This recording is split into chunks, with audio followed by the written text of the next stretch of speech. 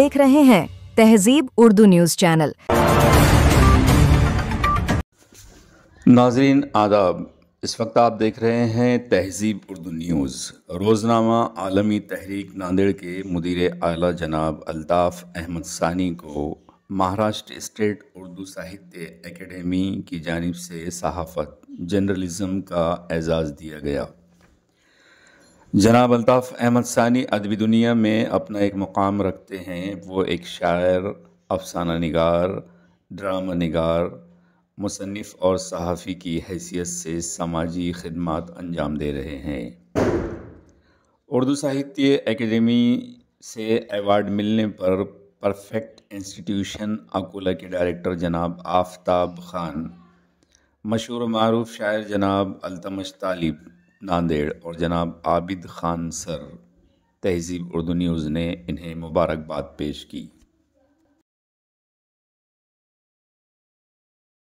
वालेकुम। सबसे पहले तो आपका नाम बताइए आप, और साथ ही जो आपको उर्दू एकेडमी से जो आपको इज़्ज़त अफजाई जो आपकी की गई है उसके ताल्लुक़ से थोड़ी सी चंद अल्फाज बयान कीजिए। बात दरअसल ऐसी है कि मैं गुज़श्ता 35 साल से अपने शहर और ज़िले में उर्दू सहाफ़त से जुड़ा हुआ हूँ। टूटी फूटी शायरी करने की भी कोशिश कर लेता हूँ। अफसाने और ड्रामों में भी काफ़ी मेरा अपना काम रहा है। और सबसे बड़ी बात यह है कि कुछ अरसे क़ब्ल महाराष्ट्र साहित्य उर्दू एकेडमी का मैं खुद मेंबर भी रह चुका हूँ। मुझे अशोक चव्हाण ने नामज़द किए थे और उस वक्त मेरे साथ मशहूर शायर फिरोज़ रशीद भी हुआ करते थे। उर्दू एकेडमी की मीटिंग में ही हमने एक प्रस्ताव रखा था कि नांदेड़ शहर में उर्दू कल्चरल प्रोग्राम्स के लिए कोई ऐसा मकाम मख्तस नहीं है जहां हम अपने प्रोग्राम ले सकें। और जहां तक नांदेड़ के शहरियान को इस बात की उनकी याददाश्त में महफूज होगी कि गुज़श्ता ज़माने में हम प्रोग्राम लेते थे तो मोहम्मदी रोड पर, एरिक दवाखाने के पास या मनियार गली के रास्ते पर, रोड पर, इन तमाम चीज़ों को देखते हुए मैं महसूस करता था कि कोई एक मकाम में एक प्लेटफॉर्म होना चाहिए। तो उर्दू एकेडमी की पहली मीटिंग जो हुई थी, उस पहली मीटिंग में मैंने ये मुतालबा किया था अशोक चव्हाण साहब से कि नांदेड़ में एक ऐसा कल्चरल हॉल बना कर दें जहां उर्दू से मुताल्लिक़ प्रोग्राम्स हम कर सकें। उस वक्त मेरे साथ, मेरे लिए फ़ख्र की बात है कि उस ज़माने में मेरे साथ उर्दू एकेडमी के मेंबर मशहूर शायर निदा फाजली भी हुआ करते थे। और निदा फाजली ने उस वक्त मेरी तायीद की, हिमायत की और उन्होंने कहा कि उर्दू बेघर है, उर्दू को घर दीजिए। तब से वो उर्दू घर का नाम पड़ा, उर्दू घर।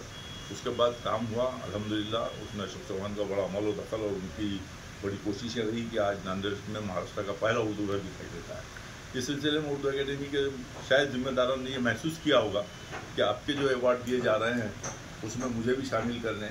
लिहाजा 2023 के स्पेशल जो है एक अवार्ड था, सहाफ़ती अवार्ड, वो अवार्ड के लिए उन्होंने मुझे मुंतखब किया। और मैं ये भी वजाहत करूँगा कि फ़ी ज़माना उर्दू एकेडमी में बोर्ड नहीं है। शोएब हाशमी नामी एक नौजवान ताने ताना बड़ी मेहनत कर रहे हैं और उर्दू एकेडमी को लेकर चला रहे हैं। और मैं इस मौके पर उन्हें भी मुबारकबाद दूंगा, बल्कि उनकी सताइश करूंगा कि उनकी काविशों के तहत एक बड़ा बजट जो है उर्दू एकेडमी को दिया गया, जिसकी वजह से 2020 से लेकर 2023 तक के नुमाया मुसन्निफ़ीन, मकातिब, शोरा, उदबा और सहाफ़ी हज़रात को बिलतरतीब इनामात से नवाजा गया। उसी में मैं एक खाकसार भी रहा हूँ। उसके लिए मैं उर्दू एकेडमी के ज़िम्मेदारान का शुक्रिया अदा करता हूँ। शुक्रिया बहुत बहुत आपका। आपने जो है तो हमारे लिए कीमती वक्त आपका दिया है, बहुत बहुत शुक्रिया। जज़ाकल्लाह। अभी के समाचार में बस इतना ही। देखते रहिए आपका अपना चैनल तहजीब उर्दू न्यूज चैनल।